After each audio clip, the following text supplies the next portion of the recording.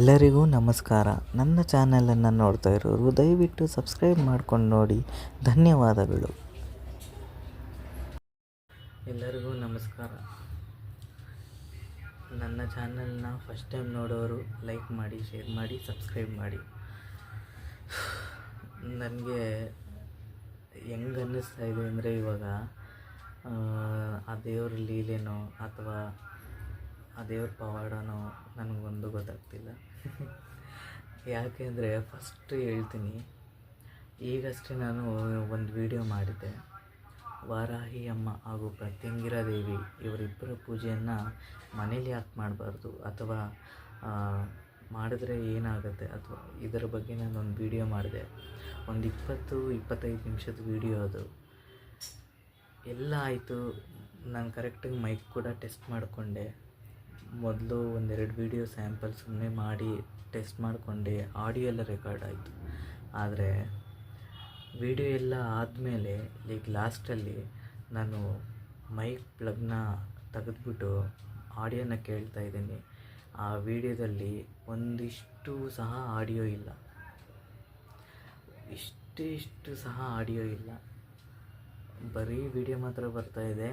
ನಾನು ಏನು ಮಾತಾಡಿದ್ದೀನಿ ಅದಷ್ಟು ಕೂಡ ಯಾವುದೂ ಕೇಳಿಸ್ತಾ ಇಲ್ಲ. ನನಗೆ ಮೈಂಡ್ ಬ್ಲಾಕ್ ಆಗಿಬಿಟ್ಟೈತೆ. ಇವಾಗ ಏನು ಮಾಡೋದು, ಏನು ಹೇಳೋದು ಅಂತ ಡಿಲೀಟೇ ಮಾಡಿಬಿಟ್ಟೆ. ಆ ವಿಡಿಯೋ 20-25 ನಿಮಿಷದ ವಿಡಿಯೋ ಡಿಲೀಟ್ ಮಾಡಿಬಿಟ್ಟೆ.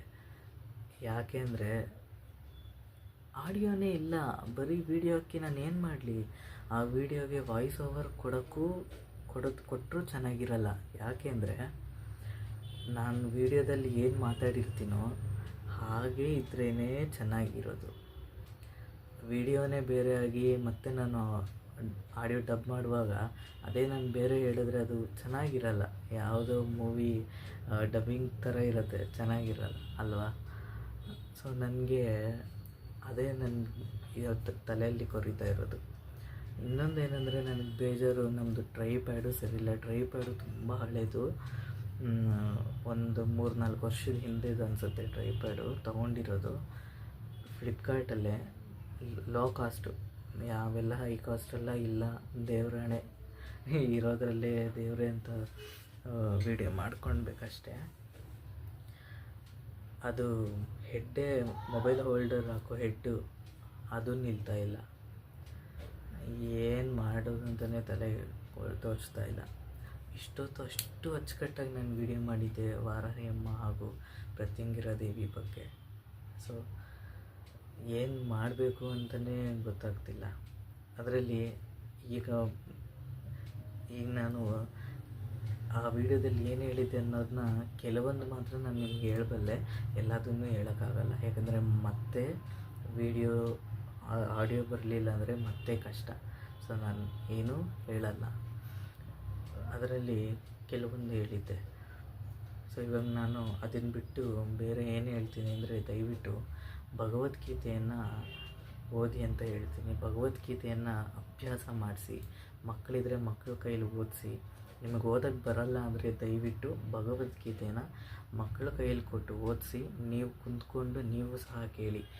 ಎಲ್ಲದನ್ನೂ ಭಗವದ್ಗೀತೆಯಲ್ಲಿರುವ 18 ಅಧ್ಯಾಯನೂ ಒಂದೇ ದಿವಸದಲ್ಲಿ ಓದಲಿಕ್ಕೆ ಸಾಧ್ಯ ಇಲ್ಲ.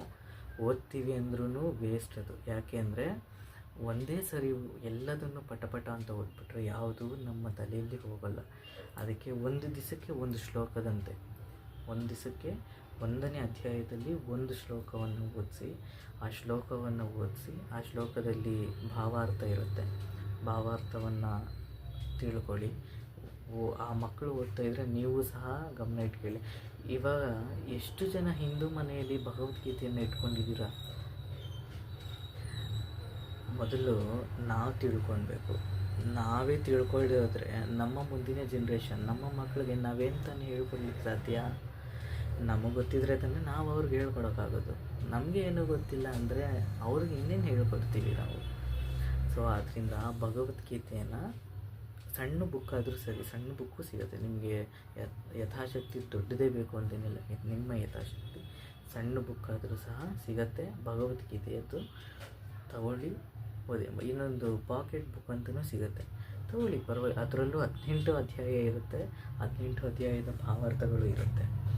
ಅದನ್ನು ತಗೊಂಡು ಓದಿಸಿ ನೀವು ಕೂಡ ಕೇಳಿಸ್ಕೊಳ್ಳಿ. ಓದಕ್ಕೆ ಬರೋರು, ಜ್ಞಾನ ಇರೋರು ದಯವಿಟ್ಟು ಓದಿ. ಅಥವಾ ನಿಮಗೆಲ್ಲೂ ಕ್ಯಾರಿ ಮಾಡೋಕ್ಕಾಗ್ತಿಲ್ಲ ಅಂದ್ರೂ, ಓದೋಕ್ಕಾಗ್ತಿಲ್ಲ ಅನ್ನೋದು ದಯವಿಟ್ಟು ನೀವು ಆನ್ಲೈನಲ್ಲೂ ಕೂಡ ನಿಮಗೆ ಸಿಗುತ್ತೆ. PDF ಡೌನ್ಲೋಡ್ ಮಾಡಿಕೊಂಡು ನೀವು ಭಗವದ್ಗೀತೆಯನ್ನು ಓದ್ಬೋದು. ಭಗವದ್ಗೀತೆ ಹಾಗೂ ರಾಮಾಯಣ ಹಾಗೂ ಮಹಾಭಾರತ ಇದು ಎಲ್ಲ ಇಟ್ಕೊಳ್ಬೇಕು. ಇನ್ನೊಂದೇನೆಂದರೆ, ಬ್ರಾಹ್ಮಣರು ಮಾತ್ರ ಓದಬೇಕು ಅನ್ನೋದು ಶುದ್ಧ ಸುಳ್ಳು ಅಂತೀನಿ, ಮತ್ತು ತಪ್ಪು. ಬ್ರಾಹ್ಮಣರು ಮಾತ್ರ ಓದಬೇಕು ಅನ್ನೋದು ಕೆಲವೊಂದಿದ್ದಾವೆ. ಎಲ್ಲವನ್ನು ನಾವು ಸಹ ಮಾಡಲಿಕ್ಕಾಗೋದಿಲ್ಲ. ಆದರೆ ಹಿಂದೂ ಧರ್ಮದಲ್ಲಿ ಈ ಸನಾತನ ಧರ್ಮ ಮೀನ್ಸ್ ಮನುಷ್ಯ ಧರ್ಮ. ಇದು ಮನುಷ್ಯ ಧರ್ಮ. ಇಷ್ಟು ದೊಡ್ಡ ಧರ್ಮದಲ್ಲಿ ನಾವು ಹುಟ್ಟಿದ್ದೀವಿ. ಆ ದೇವರು ನಮಗೊಂದು ಅವಕಾಶ ಕೊಟ್ಟಿದ್ದಾನೆ. ನಾವು ಈ ಧರ್ಮದಲ್ಲಿ ಹುಟ್ಟಿದ್ದೀವಿ ಅನ್ನೋದಕ್ಕೆ ಒಂದು ಅವಕಾಶ ಕೊಟ್ಟಿದ್ದಾನೆ. ಅದಕ್ಕೆ ನಾವು ಅವನ ಋಣ ನಾವು ತೀರ್ಸೋಕ್ಕಾಗಲ್ಲ. ಆದರೂ ಇದನ್ನೆಲ್ಲ ನಾವು ತಿಳ್ಕೊಳ್ಬೇಕು. ಯಾಕೆ ಅಂದರೆ, ಭಗವದ್ಗೀತೆ ಹಾಗೂ ರಾಮಾಯಣ ಒಂದು ಮೈಂಡಲ್ಲಿ ಇಟ್ಕೊಳ್ಳಿ. ಇದು ಹೋದರೆ ಏನು ಫಲ ಅಂತ ಅಪೇಕ್ಷೆ ಪಡಬೇಕು. ಫಲವನ್ನು ಅಪೇಕ್ಷೆ ಪಡದೇ ಪೂಜಿಸಿದರೆ ಮಾತ್ರ ನಿನಗೆ ಫಲ ಸಿಗೋದು. ಈ ಫಲ ನನಗೆ ಬೇಕು, ಅದು ಬೇಕು, ಅವ್ನು ಬೇಕು, ಇವ್ರು ಬೇಕು, ಅವ್ರು ಬೇಕು, ಇವ್ರು ಬೇಕು, ಅದು ಬೇಕು, ಇದು ಬೇಕು ಅಂದ್ಕೊಂಡು ನಾವು ಪೂಜೆ ಮಾಡಿದರೆ ಅದರಲ್ಲಿ ಏಕಾಗ್ರತೆ ಇರೋದಿಲ್ಲ, ಭಕ್ತಿ ಇರೋದಿಲ್ಲ. ಭಕ್ತಿ ಬಂಡವಾಳ ಆಗೋಗುತ್ತೆ, ಲಂಚ ಆಗುತ್ತೆ. ಸೊ ಅದನ್ನು ಅವಾಯ್ಡ್ ಮಾಡಿ. ಸಾಕಷ್ಟು ಯಾವುದು ಜೀವನಕ್ಕೆ ನಿಮಗೆ ಇದರಿಂದ ಇವಾಗ ನನಗೆ ಒಳ್ಳೇದಾಗ್ತಾಯಿದೆ, ಇದು ನನಗೆ ಬೇಕೇ ಬೇಕು, ಇದು ನನ್ನ ಜೀವನಕ್ಕೆ ಬೇಕೇ ಬೇಕು ಅನ್ನೋದಾದರೆ ಮಾತ್ರ, ಮುಖ್ಯವಾದ ಘಟ್ಟ ಇದ್ದರೆ ಮಾತ್ರ ದೇವರ ಕಾಲಿಡ್ಕೊಂಡು ಬೇಡ್ಕೊಳ್ಳಿ, ನನಗಿದು ಬೇಕು ಅಂತ. ದೇವರು ಕರುಣಾಮಯಿ, ಶಂಕರ ಗೊತ್ತೇ ಇದೆಯಲ್ಲ, ಪರಮೇಶ್ವರ ಕರುಣಾಮಯಿ, ಭಕ್ತವತ್ಸಲ, ಕೊಟ್ಟೇ ಕೊಡ್ತಾನೆ. ಇಲ್ಲ ಅಂತ ಮಾತ್ರ ಯಾರಿಗೂ ಹೇಳಲ್ಲ.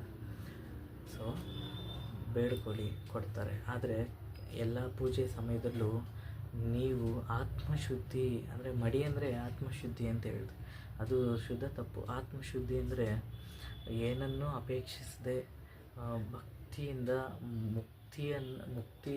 ಮುಕ್ತಿಯೆಡೆಗೆ ತೋರೋ ಮಾರ್ಗ ಆತ್ಮಶುದ್ಧಿ ಆಗಿರಬೇಕು. ಯಾವುದನ್ನೂ ಅಪೇಕ್ಷಿಸಬಾರ್ದು, ಆತ್ಮಶುದ್ಧವಾಗಿರಬೇಕು. ಏನನ್ನೂ ಯೋಚಿಸದ ಆತ್ಮವೇ ಅದೇ ಆತ್ಮಶುದ್ಧಿ. ಈಗ ಯೋಚನೆ ಇಲ್ಲದೆ ಯಾರಿದ್ದಾರೆ? ಈಗ ಗಂಡಸರಾಗಲಿ ಹೆಂಗಸರಾಗಲಿ, ಈಗ ಗಂಡಸರು ಪೂಜೆ ಕುಂತ್ಕೊಂಡ್ರೆ, ಇವಾಗ ಪೂಜೆ ಕುಂಟಿದ್ದೀನಿ, ಅಲ್ಲೇನಾಯಿತು, ಇಲ್ಲೇನಾಯಿತು, ಅಷ್ಟು ದುಡ್ಡು ಬೇರೆ ಹಾಕಿದ್ದೀನಿ, ನಾಳೆ ಕೆಲ್ಸಕ್ಕೆ ಬೇರೆ ಹೋಗಬೇಕು, ಅಯ್ಯೋ ಇವತ್ತು ಬೇರೆ ಫೋನ್ ಮಾಡ್ತಾವ್ರೆ, ತುಂಬ ಇದೆಲ್ಲ ಇರುತ್ತೆ. ಇದೆಲ್ಲ ಆತ್ಮಶುದ್ಧಿ. ಇದೆಲ್ಲ ಎಲ್ಲ ಆತ್ಮಶುದ್ಧಿ? ಏಕಾಗ್ರತೆ ಇಲ್ಲ ಅಷ್ಟೇ. ಹೆಂಗಸರು, ಅಯ್ಯೋ ಒಲೆ ಮೇಲೆ ಹಾಲಿಕ್ಕಿದ್ದೀನಿ, ಇನ್ನೊಂದೇನೋ ಮಾಡ್ತಾಯಿದ್ದೀನಿ, ಅಲ್ಲೇನೋ ಇದು ಮಾಡ್ತಾಯಿದ್ದಾರೆ, ನಾನು ನೋಡಬೇಕಾಗಿತ್ತು, ಇಲ್ಲಿ ಬೇರೆ ಕುಂತ್ಕೊಂಡಿದ್ದೀನಿ, ಅಯ್ಯೋ ಹೊಗೆ ಬೇರೆ, ಪೂಜೆ ಬೇರೆ ನಡೀತಾ ಇದೆ, ಕಾಲು ಬೇರೆ ನೋವ್ತಾ ಇದೆ, ಕೂತ್ಕೊಳ್ಳೋಕ್ಕಾಗಲ್ಲ. ಇದೆಲ್ಲ ನಾಟಕಗಳು, ಇದೆಲ್ಲ ಆತ್ಮಶುದ್ಧಿ ಅಲ್ಲ. ಭಕ್ತಿ ಇರಬೇಕು, ಇದು ಭಕ್ತಿ ಅಲ್ಲ. ಏಕಾಗ್ರತೆ ಇರಬೇಕು, ಇದು ಏಕಾಗ್ರತೆ ಅಲ್ಲ. ಪೂಜೆ ಅಂದರೆ, ಪೂಜೆಯ ಅರ್ಥ ನಾನು ತಿಳ್ಕೊಂಡಿರೋ ಮಟ್ಟಿಗೆ, ನಾನು ತುಂಬ ದೊಡ್ಡವನಲ್ಲ, ಆದರೆ ಸ್ವಲ್ಪ ಮಟ್ಟಿಗೆ ತಿಳ್ಕೊಂಡಿದ್ದೀನಿ, ಅದನ್ನು ನಾನು ನಿಮ್ಮ ಹತ್ರ ಶೇರ್ ಮಾಡ್ತಾಯಿದ್ದೀನಿ ಅಷ್ಟೇ. ಪೂಜೆ ಅಂದರೆ ನಮ್ಮ ಆತ್ಮ ಪರಮಾತ್ಮನಲ್ಲಿ ಮಿಲನವಾಗೋ ಮಾರ್ಗವೇ ಪೂಜೆ. ಅಂದರೆ ನಮ್ಮ ಆತ್ಮ ಅಂದರೆ ಸಣ್ಣ ಶಬ್ದದಲ್ಲಿ ಅಂದರೆ, ನಮ್ಮ ಆತ್ಮ ಮುಕ್ತಿಯೆಡೆ ಅಂದರೆ ದೇವರ ಹತ್ರ ಕರ್ಕೊಂಡೋಗೋ ಏಕೈಕ ಮಾರ್ಗವೇ ಪೂಜೆ. ಅದನ್ನು ಏನೇನಕ್ಕೆ ಯೂಸ್ ಮಾಡ್ಕೊತಾರೆ ಇರುತ್ತೆ ಜನ. ಪೂಜೆ ಏನಕ್ಕೆ ಮಾಡಬೇಕು ಅಂದರೆ, ನಮ್ಮ ಮನೆ, ನಮ್ಮ ಕುಟುಂಬ ಚೆನ್ನಾಗಿರಬೇಕು, ಇಡೀ ಲೋಕ ಚೆನ್ನಾಗಿರಬೇಕು, ಲೋಕ ಕಲ್ಯಾಣವಾಗಬೇಕು, ಎಲ್ಲರಿಗೂ ಮುಕ್ತಿ ಕೊಟ್ಟು ಕಾಪಾಡಬೇಕು ಅನ್ನೋದ್ರ ಮೇಲೆ ಮಾಡುವಂಥದ್ದೇ ಪೂಜೆ. ಆಯಿತಾ? ಇದು ಭಕ್ತಿಯ ಮಾರ್ಗದರ್ಶನ ಅಂತ ತಿಳ್ಕೊಳ್ಬೋದು ನೀವು. ಇಲ್ಲಿ ಡಿವೋಷ್ನಲ್ ಆಗೇ ಮಾತಾಡ್ತಾ ಇದ್ದೀನಿ ಅಂತಲ್ಲ, ನಾನು ಸಹ ನನ್ನ ಲೈಫ್ ಸ್ಟೈಲ್ ಕೂಡ ನಾನು ಹಾಕ್ತೀನಿ, ನಾನು ಹೇಗಿರ್ತೀನಿ, ವ್ಲಾಗ್ ಕೂಡ ಇರುತ್ತೆ ಡೈಲಿ. ಇನ್ಮೇಲಿಂದ ಆಗುತ್ತೆ. ಇಷ್ಟು ದಿವಸ ಯಾಕೆ ನಾನು ವೀಡಿಯೋ ಮಾಡಿಲ್ಲ ಅಂದರೆ, ನನ್ನ ಫೋನ್ ಕೈ ಕೊಡ್ತು, ಸರಿಯಾದ ಸಮಯದಲ್ಲಿ ಕೈ ಕೊಡ್ತು. ಆದ್ದರಿಂದ ನನ್ನ ಫೋನು ಕೈ ಕೊಟ್ಟಿದ್ದರಿಂದ ಹೊಸ ಫೋನು ತೊಗೊಂಡು ಅದರಲ್ಲಿ ವೀಡಿಯೋ ಮಾಡ್ತಾಯಿದ್ದೀನಿ. ಈಗ ನನ್ನ ಫೋನ್ ಹೇಗಾಗಿದೆ ಅಂತ ತೋರಿಸ್ಲಾ ನಿಮಗೆ? ಇಲ್ಲಿ ತೋರಿಸ್ತೀನಿ ನೋಡಿ. ಇದೇ ಫೋನು. ಈ ಫೋನ್ನಲ್ಲಿ ನಾನು ವೀಡಿಯೋ ಮಾಡ್ತಾಯಿದ್ದಿದ್ದು. ಈ ಫೋನಲ್ಲಿ ವೀಡಿಯೋ ಮಾಡ್ತಾಯಿದ್ದೆ. ಇವಾಗ ಇದ್ರ ಸ್ಥಿತಿ ಇದರಲ್ಲಿ ಚೆನ್ನಾಗೇ ಬರ್ತಾಯಿದೆ. ಏನಿಲ್ಲ, ಫುಲ್ ವೈಟ್ ಬಂದ್ಬಿಡುತ್ತೆ ಡಿಸ್ಪ್ಲೇ. ಹೋಗಿ ಇವಾಗ ಚೆನ್ನಾಗಿದೆ, ಯೂಸ್ ಮಾಡ್ತಿಲ್ಲ, ಇವಾಗ ಚೆನ್ನಾಗಿದೆ ನೋಡಿ. ಗೊತ್ತಾಗ್ತಾ ಇದೆ ನಿಮಗೆ, ಆಲ್ರೆಡಿ ಗೊತ್ತಾಗ್ತಾ ಇದೆ ಹೇಗಾಗ್ತಾಯಿದೆ ಅಂತ.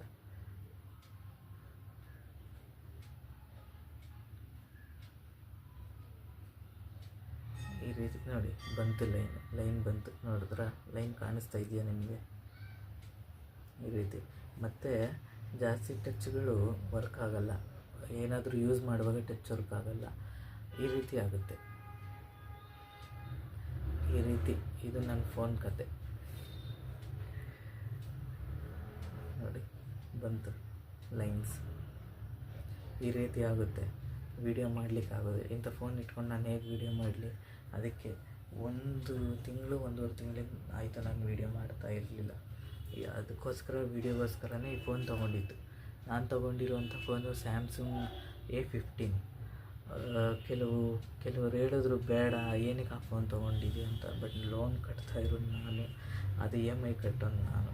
20,000 ಫೋನ್ ಅಷ್ಟೇ. ಯಾಕಂದರೆ ನಮ್ಮ ಶಕ್ತಿ ಅಷ್ಟೇ, ಅದ್ರ ಮೇಲೆ ಜಾಸ್ತಿ ಬೇಡ. ಮುಂದೆ ಐಫೋನ್ ತೊಗೊಳ್ಬೇಕು ಅಂತ ಇದ್ದೀನಿ. ಎಲ್ಲ ನೀವುಗಳು ಸಹಕಾರ ಕೊಟ್ಟರೆ ನನ್ನ ದೇವರನ್ನೇ ತೊಗೊಳ್ತೀನಿ. ಸೊ ಈ ವಿಡಿಯೋ ಇಷ್ಟ ಆಗಿದರೆ ಲೈಕ್ ಮಾಡಿ, ಶೇರ್ ಮಾಡಿ, ಸಬ್ಸ್ಕ್ರೈಬ್ ಮಾಡೋದನ್ನು ಮಾತ್ರ ಮರಿಬೇಡಿ. ಇದು ನಾನು ಇವಾಗ ಏನು ಹೇಳ್ತಾ ಇದ್ದೆ, ನಾನು ನಿಮಗೆ ಫೋನ್ ವಿಚಾರ ಒಂದು ಮರೆತೋಯ್ತು. ಏನು ಅಂದರೆ, ಭಗವದ್ಗೀತೆನ ಓದಿಸಿ, ಎಲ್ಲರ ಮನೆಯಲ್ಲೂ ಓದಿಸಿ, ಒಳ್ಳೆಯದು. ಭಗವದ್ಗೀತೆ ನಮ್ಮ ಸನಾತನ ಧರ್ಮದಲ್ಲಿರೋರು ನಾವೇ ನಮ್ಮ ಧರ್ಮದ ಬಗ್ಗೆ, ನಮ್ಮ ತನದ ಬಗ್ಗೆ ನಾವೇ ತಿಳ್ಕೊಂಡಿಲ್ಲ ಅಂದರೆ ಇನ್ನೊಬ್ರಿಗೆ ನಾವೇನು ಹೇಳೋಕ್ಕೆ ಸಾಧ್ಯ? ಇನ್ನೊಬ್ಬರು ನಮ್ಮ ಧರ್ಮದ ಬಗ್ಗೆ ಕೇಳಿದಾಗ ನಮಗೆ ಉತ್ತರ ಕೊಡೋಕ್ಕೆ ಉತ್ತರನೇ ಇರೋದಿಲ್ಲ, ಪದಗಳಿರೋದಿಲ್ಲ. ಸೊ ಆದ್ದರಿಂದ ನಮ್ಮ ಧರ್ಮದ ಬಗ್ಗೆ ನಾವೇ ತಿಳ್ಕೊಂಡಿಲ್ಲ ಅಂದರೆ ಇನ್ನೊಬ್ಬರು ಯಾರು ಬಂದು ತಿಳಿಸ್ಕೊಡ್ತಾರೆ? ತಿಳ್ಕೊಳ್ಳೋಣ, ತಿಳಿಸೋಣ, ಆಯಿತಾ? ಜೈ ಹಿಂದ್, ಜೈ ಕರ್ನಾಟಕ ಮಾತೆ, ಜೈ ಶ್ರೀರಾಮ್ ಅಂತ ಹೇಳಿದರೆ ಸಾಕಾಗಲ್ಲ.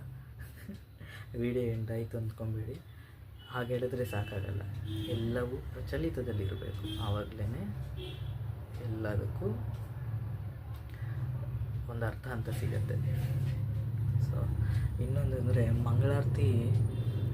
ಆ ವಿಡಿಯೋದಲ್ಲೂ ಸಹ ನಾನು ಮಂಗಳಾರತಿ ಯಾಕೆ ಕೊಡ್ತಾರೆ ಅಂತಲೇ ಹೇಳಿದೆ, ಅದನ್ನು ಕೂಡ ಹೇಳ್ಬಿಡ್ತೀನಿ. ಯಾಕಂದರೆ ಆ ವಿಡಿಯೋ ಡಿಲೀಟ್ ಮಾಡಿಬಿಟ್ಟೆ, ಯಾಕಂದರೆ ವಾಯ್ಸ್ ಬರ್ತಾ ಇರಲಿಲ್ಲ ಅಲ್ಲ, ಅದಕ್ಕೆ. ಮಂಗಳಾರತಿ ಯಾಕೆ ಕೊಡ್ತಾರೆ ಅಂದರೆ, ಒಂದು ದಿನ ಪೂಜಾರಿಗೆ ಅಂದರೆ ದೇವರು ಹೇಳಿದ, ಅದು ಇನ್ನೊಂದೇನೋ ಅದು ಕತೆ, ಪರೀಕ್ಷೆ. ಎಲ್ಲರಲ್ಲೂ ನಾನು ಇರ್ತೀನಿ, ಎಲ್ಲ ಕಡೆಯಲ್ಲೂ ನಾನು ಇರ್ತೀನಿ ಅಂತ. ಹಾಗೆ ಪುರೋಹಿತರು ಮಂಗಳಾರತಿನ ತಗೊಂಡು, ದೇವರಿಗೆ ಮಂಗಳಾರತಿಯನ್ನು ಮಾಡಿ ಎಲ್ಲರ ಹತ್ರನೂ ತೊಗೊಂಡು ಬಂದ್ರಂತೆ. ಹೀಗೆ ತಟ್ಟೆ ಹಿಡ್ಕೊಂಡು ಎಲ್ಲರ ಹತ್ರ ತೊಗೊಂಡು ಬಂದ್ರಂತೆ. ಹೀಗೆ ಎಲ್ಲಿದ್ದಾನೆ ದೇವರು, ಎಲ್ಲಿದ್ದಾನೆ, ನಿಮ್ಮಲ್ಲಿದ್ದಾನ ಅಂತ ಹುಡ್ಕೊಂಡು ಬಂದ್ರಂತೆ. ಅದು ಮಂಗಳಾರತಿ ತಗೊಂಡು ಬಂದಿದ್ದ ಕ್ರಮ, ಮಂಗಳಾರತಿ ಬಂದಿದ್ದ ಕ್ರಮ ಅದು. ನಾವೇನು ಮಾಡ್ತೀವಿ, ಎತ್ತಿ ಮಂಗಳಾರತಿನ ಹೀಗೆ ಅಂದ್ಕೊಂಡು ಹಿಂಗೆ ಮಾಡ್ಕೊತೀವಿ, ಹೀಗೆ ಅದೆಲ್ಲ ತಪ್ಪು. ನಾವು ಮಂಗಳಾರತಿನ ಹೀಗೆ ತಗೊಂಡು ಕಣ್ಣು ಹೊತ್ಕೊಂಡು ಹೀಗೆ ನಮ್ಮ ಎದೆಗೆ ಮಂಗಳಾರತಿ ತಗೊಂಡು ಹೀಗೆ ಅಂದ್ಕೊಬೇಕು. ಯಾಕಂದರೆ ಎಲ್ಲರಲ್ಲೂ ಪರಮಾತ್ಮ ಇರ್ತಾನೆ, ಆಯಿತಾ? ಎಲ್ಲರಲ್ಲೂ ಪರಮಾತ್ಮ ಇರ್ತಾನೆ. ಆ ಪರಮಾತ್ಮನಿಗೆ ಪೂಜೆ ಆಗಬೇಕು. ಆ ಪೂಜೆ ನಾವೇ ಎತ್ತಿ ಹೀಗೆ ಮಾಡ್ಕೊಳ್ಳೋಕ್ಕಾಗಲ್ಲ. ದೇವಸ್ಥಾನಕ್ಕೆ ಹೋದಾಗ ಅಥವಾ ಪೂಜೆ ಮಾಡಿದಾಗ ಮಂಗಳಾರತಿನ ನಾವೆತ್ತಿ ಹೀಗೆ ಇಟ್ಕೊಂಡ್ರೆ ಅದು ತುಂಬ ಒಳ್ಳೆಯದು ಅಂತ ಹೇಳ್ತಾರೆ. ಸೊ ಇದು ಹೀಗೆ ಮಂಗಳಾರತಿ. ಮತ್ತು ತೀರ್ಥನ ನಾವೆಲ್ಲ ಹೀಗೆ ಇಸ್ಕೊತೀವಿ, ಹೀಗೆ ಇಸ್ಕೊಂಡು ಕುಡಿತೀವಿ. ಇದು ತಪ್ಪು ಅಂತ ಹೇಳ್ತಾರೆ. ತೀರ್ಥ ಯಾವಾಗಲೂ ಗೋಮೂತ್ರದ ಆಕಾರದಲ್ಲೇ ಇರಬೇಕು. ಕೈಯಲ್ಲಿ ಗೋವು ಸೃಷ್ಟಿಯಾಗಬೇಕು ಅಂತ ಹೇಳ್ತಾರೆ.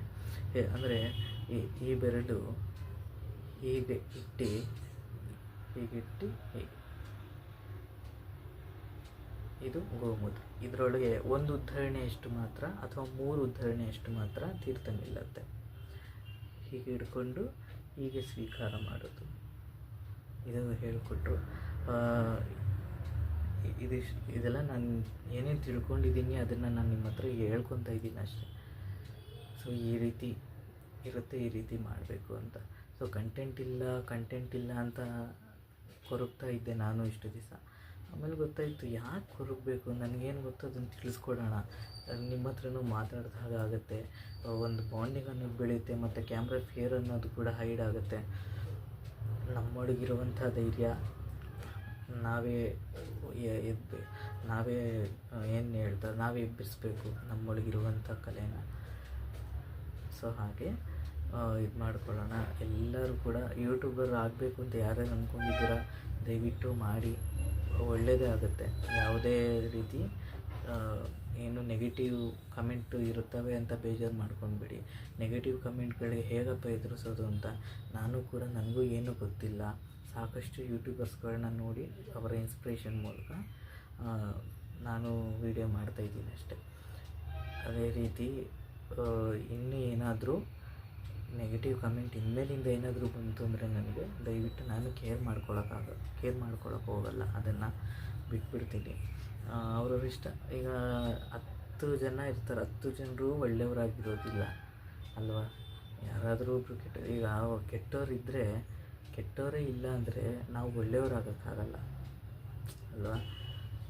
ಕೆಟ್ಟವರಿದ್ರೇ ನಾವು ಒಳ್ಳೆಯವರು ಅಂತ ಗುರುತಿಸ್ಕೊಳಕ್ಕಾಗೋದು.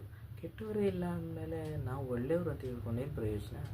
ಕೆಟ್ಟವರೇ ಇಲ್ಲ ಭೂಮಿ ಮೇಲೆ, ಬಟ್ ಒಳ್ಳೆಯವರಾಗಿದ್ದೇನು ಪ್ರಯೋಜನ? ನಾನು ಒಳ್ಳೆಯವನಪ್ಪ ಅಂದ್ಕೊಂಡ್ರೆ ಸಾಲದು. ಒಳ್ಳೆಯವನ ರೀತಿ ಇರಬೇಕು. ಎಲ್ಲರೂ ಮಾಡ್ತಾರೆ ಕೆಟ್ಟ ಅಭ್ಯಾಸಗಳು, ಎಲ್ಲರಿಗೂ ಇರ್ತವೆ, ಎಲ್ಲರೂ ಮಾಡ್ತಾರೆ, ಅದೇನು ದೊಡ್ಡದೇನಲ್ಲ. ಆದರೆ ಕೆಟ್ಟ ಅಭ್ಯಾಸಗಳು ಬಿಡಬೇಕು, ಅಥವಾ ಅದೇ ಕೆಟ್ಟ ಅಭ್ಯಾಸಗಳೇ ಇರಬಾರ್ದು ಅಂದರೆ ಭಗವದ್ಗೀತೆ ಒಂದೇ ಉತ್ತರ. ಭಗವದ್ಗೀತೆ ಓದೋದಕ್ಕೆ ಯಾವುದೇ ರೂಲ್ಸ್ ಇಲ್ಲ. ನೀವು ಶುದ್ಧವಾಗಿದ್ದರೆ ಸಾಕು. ಅಂದರೆ ಸ್ನಾನ ಮಾಡಿಕೊಂಡು ಭಕ್ತಿಯಿಂದ ಓದಿದ್ರೆ ಅಷ್ಟೇ ಸಾಕು. ಅದಕ್ಕಿನ್ಯಾವುದೇ ನಿಯಮಗಳಿಲ್ಲ. ಭಗವದ್ಗೀತೆ ಮನುಷ್ಯ ಧರ್ಮನ ಬುಕ್ಕು.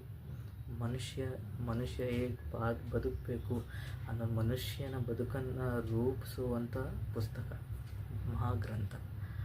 ಅದನ್ನು ಕಾಲಕಸವಾಗಿ ಮಾಡಬೇಡಿ.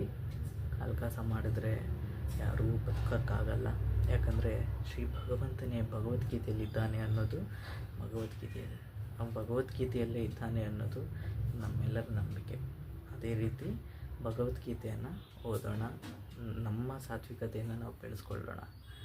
ಮತ್ತು ಪ್ರತ್ಯಂಗಿರ ಹಾಗೂ ವಾರಾಹಿ ಅಮ್ಮನ ಮತ್ತೊಂದು ವಿಡಿಯೋ ಕೂಡ ನಾನು ಮಾಡ್ತೀನಿ. ಆ ವಿಡಿಯೋದಲ್ಲಿ ಮತ್ತೆ ವಾಯ್ಸ್ ಬರುತ್ತೋ ಬರಲ್ವೋ ನನಗೆ ಗೊತ್ತಿಲ್ಲ. ಸಾಕಷ್ಟು ವಿಡಿಯೋ ಮಾಡ್ತೀನಿ. ವಾಯ್ಸ್ ಬಂದರೆ ಒಳ್ಳೆಯದು, ವಾಯ್ಸ್ ಬರಲಿಲ್ಲ ಅಂದರೆ ಮತ್ತೆ ನಾನು ವಾಯ್ಸ್ ಓವರ್ ಕೊಡಬೇಕಾಗುತ್ತೆ ಅಷ್ಟೇ. ಸೊ ಈ ವಿಡಿಯೋ ನಿಮಗೆ ಇಷ್ಟ ಆಗಿದ್ದರೆ ಲೈಕ್ ಮಾಡಿ, ಶೇರ್ ಮಾಡಿ, ಸಬ್ಸ್ಕ್ರೈಬ್ ಮಾಡೋದನ್ನು ಮಾತ್ರ ಮರಿಬೇಡಿ. ಸಿಗೋಣ ನೆಕ್ಸ್ಟ್ ವಿಡಿಯೋದಲ್ಲಿ. ನಮಸ್ಕಾರ.